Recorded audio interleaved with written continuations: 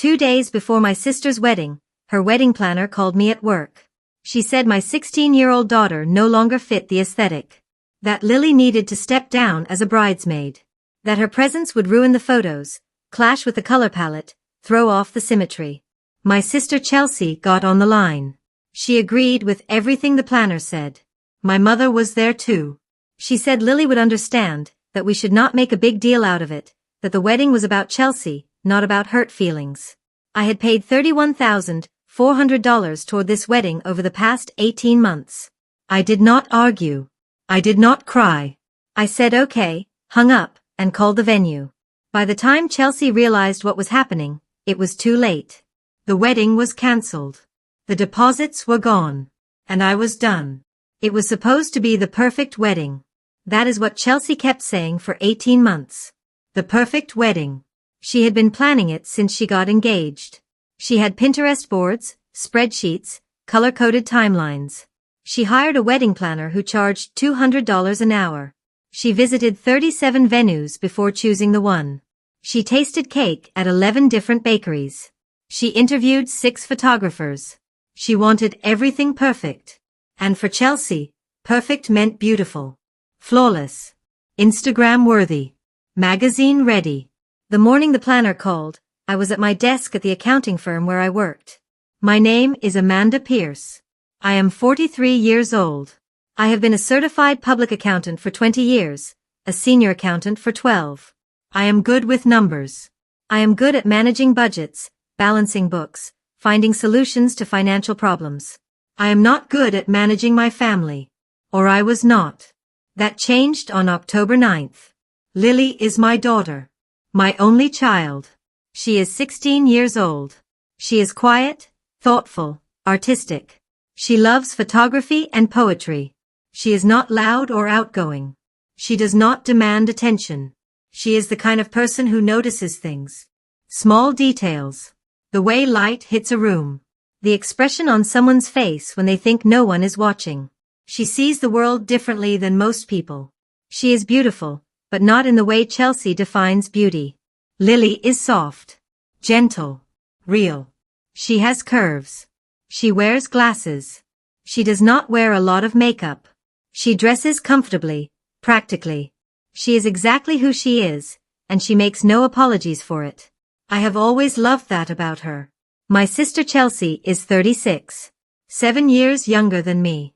She has always been the pretty one, the fun one, the one everyone noticed.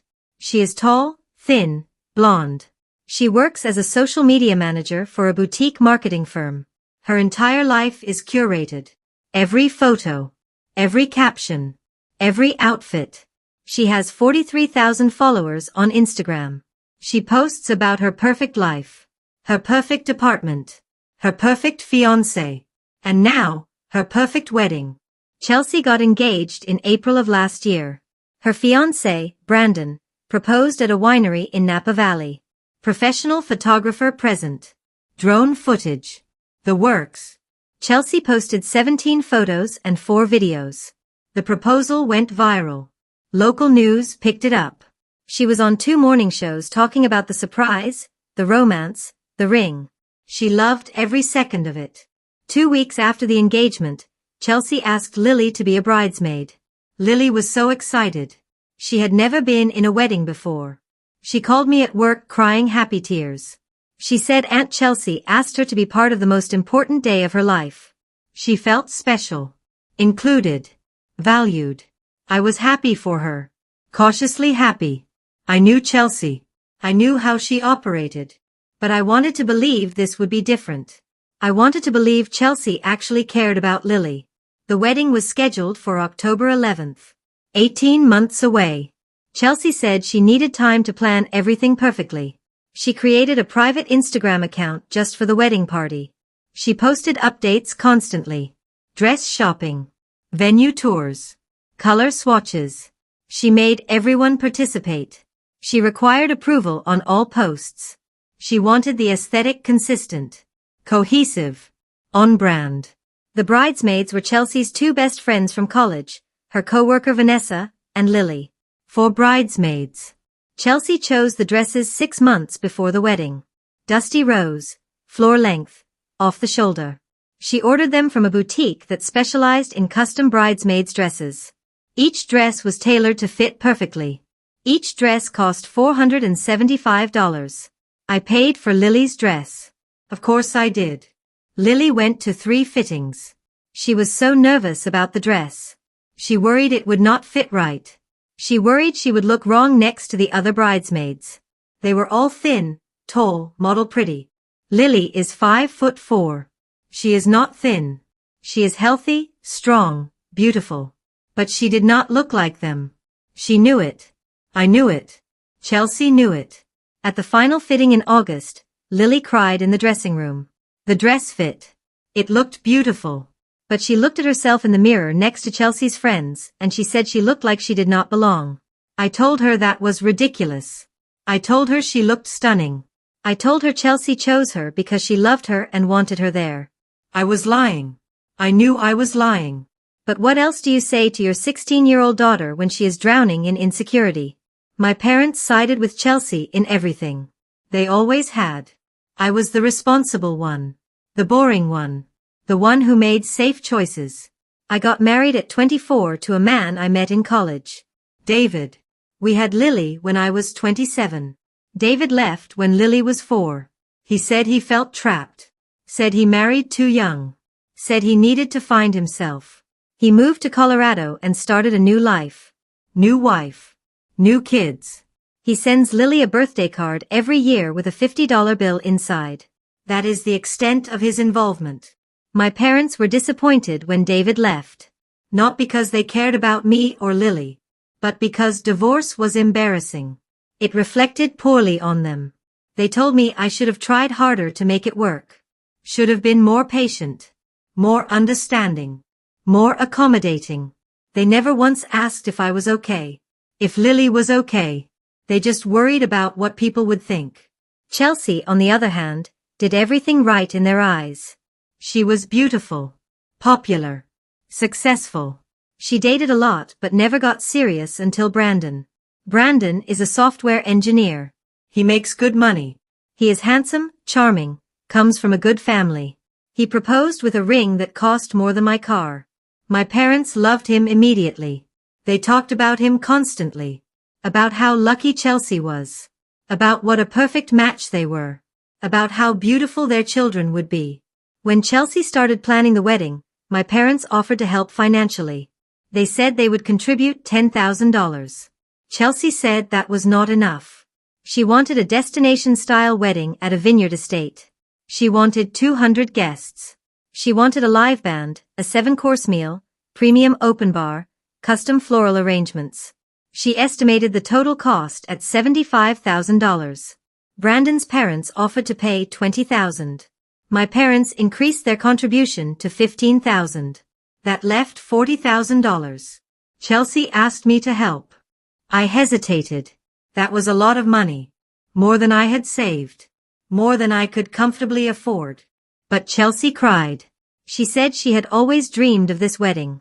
Said she could not scale back without ruining everything. Said she would pay me back eventually. Said I was her sister and sisters helped each other.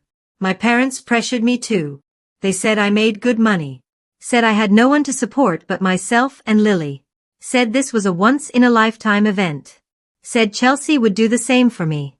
I agreed to contribute $30,000. I took out a personal loan. $15,000. I liquidated part of my retirement fund. $12,000.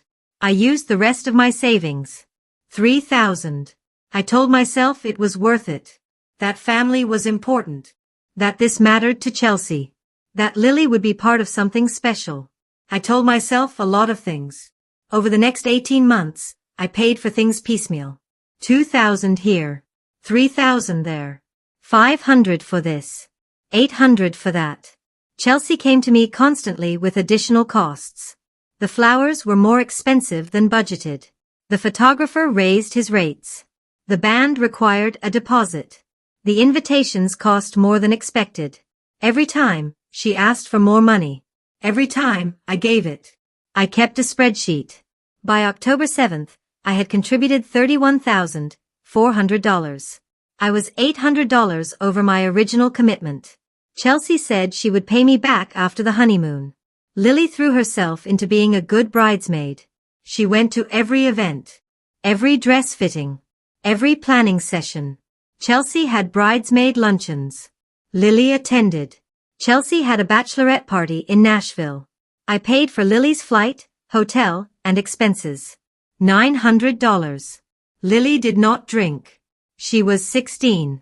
But she went to the bars, to the clubs, smiled for photos, held Chelsea's purse, made sure everyone had water. She was the responsible one. The reliable one. The one making sure Chelsea's drunk friends got home safely. Chelsea posted photos from the bachelorette party. 32 photos. Lily was in 4 of them. Background. Blurred.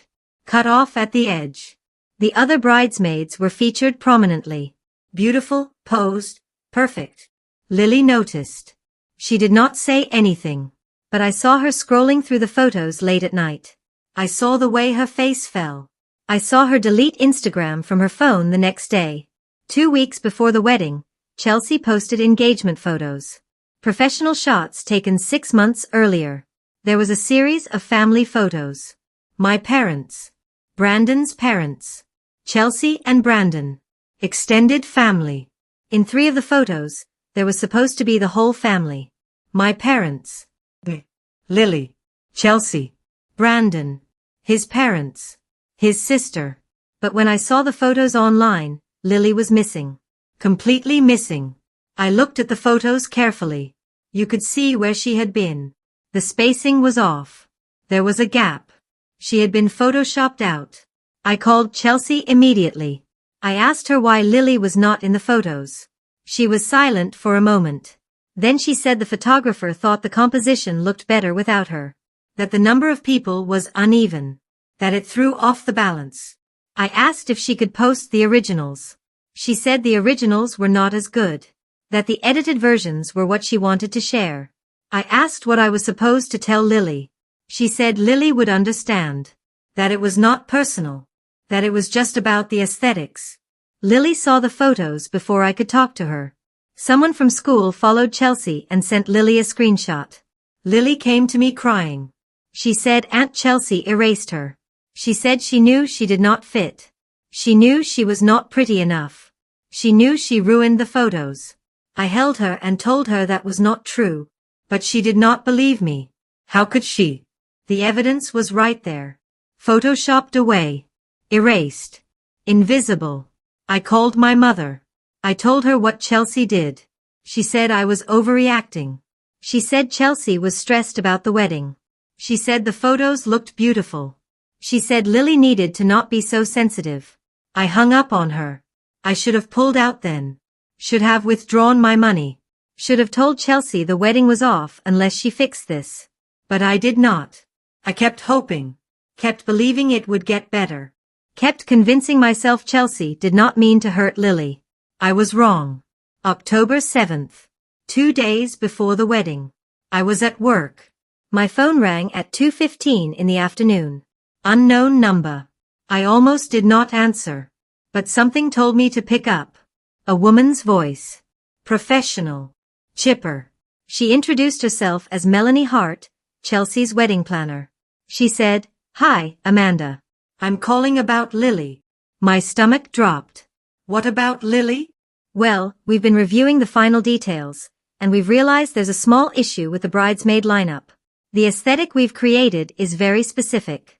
Dusty rose dresses. Gold accents. A very cohesive, elegant look. And Lily, bless her heart, she just doesn't quite fit the visual we're going for. I could not speak. I could not breathe.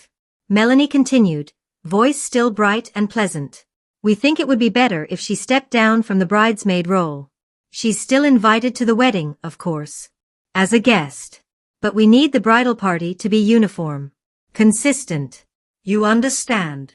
No, I said slowly. I don't understand. She's been a bridesmaid for 18 months. She's been to every event. Every fitting. She bought the dress. She's been practicing the choreography for the reception entrance. You're uninviting her 2 days before the wedding because she doesn't fit the aesthetic. It's not personal, Melanie said. It's just about the overall vision. Chelsea wants everything perfect. And Lily, she's just not quite right for the photos. She's a lovely girl, but she doesn't have the same look as the other bridesmaids. And we need cohesion. Put Chelsea on the phone. There was a pause. Shuffling. Then Chelsea's voice. Amanda, please don't be upset. This is really hard for me too. But Melanie's right. The photos are so important. This is my wedding. I need everything to be perfect. And Lily, she stands out. And not in a good way. I'm sorry. I really am. But I need her to step down. She's your niece. I know. And I love her. But this is my day. My one day. And I need it to be perfect. Surely you can understand that. I could hear my mother's voice in the background. Amanda, don't make this difficult. Chelsea is stressed enough. This is her wedding. Let her have this. Lily will be fine. I closed my eyes. I took 1 breath, 2 breaths, 3 breaths. Then I said, okay. Chelsea sounded relieved. Thank you. Thank you so much. I knew you'd understand. Lily's still invited. She can still come. She just won't be in the bridal party. It's really not a big deal. When were you planning to tell her? Oh, I was hoping you could tell her. You're so good at explaining things. And she listens to you. I think it would be better coming from you. You want me to tell my daughter that she's been uninvited from your wedding party 2 days before the wedding because she doesn't fit the aesthetic. It sounds bad when you say it like that. It's really not about her. It's about the photos. The overall look. I hung up. I sat at my desk for 10 minutes. I did not move. I did not cry. I just sat there, staring at my computer screen, feeling something inside me go cold and hard and final. Then I opened my contacts. I called the venue. The venue was a vineyard estate 2 hours north of the city. Bella Vista Vineyards. Chelsea had fallen in love with it the moment she saw it. Rolling hills. Grapevines. A stone terrace overlooking the valley. She said it was perfect. Magical. The venue coordinator was a woman named Patricia. I had spoken to her multiple times over the past year. She knew who I was. She knew I was paying a significant portion of the bill. Patricia answered on the second ring. Bella Vista Vineyards, this is Patricia speaking. Patricia, this is Amanda Pierce. Chelsea Henderson's sister. Oh, Amanda. Hi. How are you? So excited for the big day. Just 2 more days. I need to cancel the wedding. Silence. I'm sorry, what? I need to cancel the wedding. Immediately. Amanda, this is very last minute. The wedding is in 2 days. We have everything set up. The deposit is non-refundable. We've turned away other bookings. I'm not sure we can. I'm the one who's been paying the bills. I've paid you directly for the venue rental, the tables, the chairs, the setup. $17,600. Do you have that in your records? I could hear her typing. Yes. Yes, I see that here. Then I'm exercising my right to cancel. What is the cancellation policy? More typing. For cancellations within 7 days of the event, we typically retain the full deposit and charge a 50% cancellation fee. But Amanda, this is a wedding. Chelsea's wedding. Are you sure you want to do this? This will devastate her. I'm sure. Process the cancellation. Send me the final bill. What about the other vendors? The caterer? The florist? The band? That's not my problem. But if you have their contact information, I'd appreciate it. She gave me the numbers. I thanked her and hung up. I called the caterer next. Executive Chef Maria Gonzalez. She had designed a custom 7-course menu for Chelsea. I had paid her $12,000. Half up front. Half due the day of the wedding. I told her I needed to cancel. She was shocked. She said the food was already prepared. The staff was already scheduled. She would have to charge me the full amount regardless. I said fine. Send the bill. She said she would have to call Chelsea to confirm. I said go ahead. I hung up. I called the florist. Enchanted Gardens Floral Design. I had paid them $8,200 for centerpieces, bouquets, ceremony arrangements, reception flowers. I told the owner, David, that I needed to cancel. He was less shocked than the caterer. He said he had been in the business 30 years. He had seen this before. He asked if I was sure. I said yes. He said he would process the cancellation. He said he was sorry it did not work out. I thanked him and hung up. I called the photographer. James Chen Photography. I had paid him $6,000. Half up front. Half due after he delivered the edited photos. I told him the wedding was off. He asked why. I said it did not matter.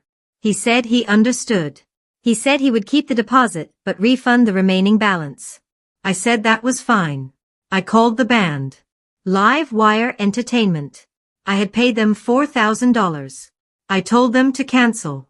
They said they would keep the deposit but refund the rest. By the time I was done making calls, it was 4:30 in the afternoon. My phone started ringing. Chelsea. I did not answer. My mother. I did not answer. Chelsea again. I turned my phone off. I left work at 5. I drove home. Lily was in her room doing homework. I knocked on her door. She looked up. I sat down on her bed. I said, "You're not going to be a bridesmaid anymore." Her face crumpled. I know. Aunt Chelsea called me. She said I don't fit. She said I'll ruin the photos. She said I can still come as a guest, but I need to stay in the back so I'm not in the pictures. I felt something break inside me. Did she really say that? Lily nodded. Tears were streaming down her face. She said I could wear something dark so I blend in with the background. She said it's not personal. But it feels personal, Mom. It feels like I'm not good enough. Like I'm an embarrassment. I pulled her into my arms. You're not an embarrassment. You're beautiful and perfect exactly as you are. And Aunt Chelsea is wrong. So wrong. And we're not going to the wedding. What? We're not going. I cancelled it. Lily pulled back and stared at me. You what? I called the venue. The caterer. The florist. The photographer. The band. I cancelled everything. The wedding is off. Mom, you can't do that. They'll hate you. Grandma will hate you. Aunt Chelsea will hate you. Everyone will. I don't care. You're my daughter. You're my priority. Not Chelsea. Not her perfect Instagram wedding. And if they can't see how special you are, if they can't treat you with basic human decency, then they don't deserve to have you in their lives. Or me in their lives. So the wedding is cancelled. And we're done. Lily cried. I held her. We sat on her bed for an hour. When she finally stopped crying, she said, "Are you sure?" I've never been more sure of anything in my life. My phone was off all night. I turned it on the next morning. October 8th. One day before the wedding. I had 94 missed calls. 67 text messages. 32 voicemails. I did not listen to them. I did not read them. I just cleared the notifications and went to work. Chelsea showed up at my office at 10 in the morning. She got past security by telling them she was my sister and it was an emergency. She barged into my office. Her face was red. Her eyes were swollen. She was shaking. How could you? She screamed. How could you do this to me? The wedding is tomorrow. Tomorrow. Everything is ruined. The venue is cancelled. The caterer is cancelled. The flowers. The photographer. Everything. How could you? I looked at her calmly. You uninvited my daughter 2 days before your wedding because she didn't fit your aesthetic. What did you think would happen? I thought you'd understand. I thought you'd put your feelings aside for one day. My wedding day. The most important day of my life. Lily's feelings matter more to me than your wedding. She's 16. She'll get over it. Will she? Will she get over being told she's not pretty enough? Not thin enough? Not good enough? Will she get over being photoshopped out of family photos? Will she get over being erased and excluded and humiliated? Will she get over that, Chelsea? Chelsea's face twisted. This isn't about her. This is about you. You're jealous. You've always been jealous. Jealous that I'm prettier. Jealous that I'm getting married. Jealous that I have everything you don't. I stood up. Get out of my office. You owe me $30,000. No, I don't. I paid for your wedding.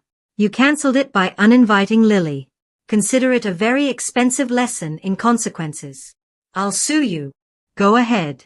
I kept every receipt, every text message, every email. I can prove exactly what I paid for and exactly why I cancelled. And I'll be happy to tell a judge about how you treated my daughter. So please, sue me. I'd love to have this conversation in court.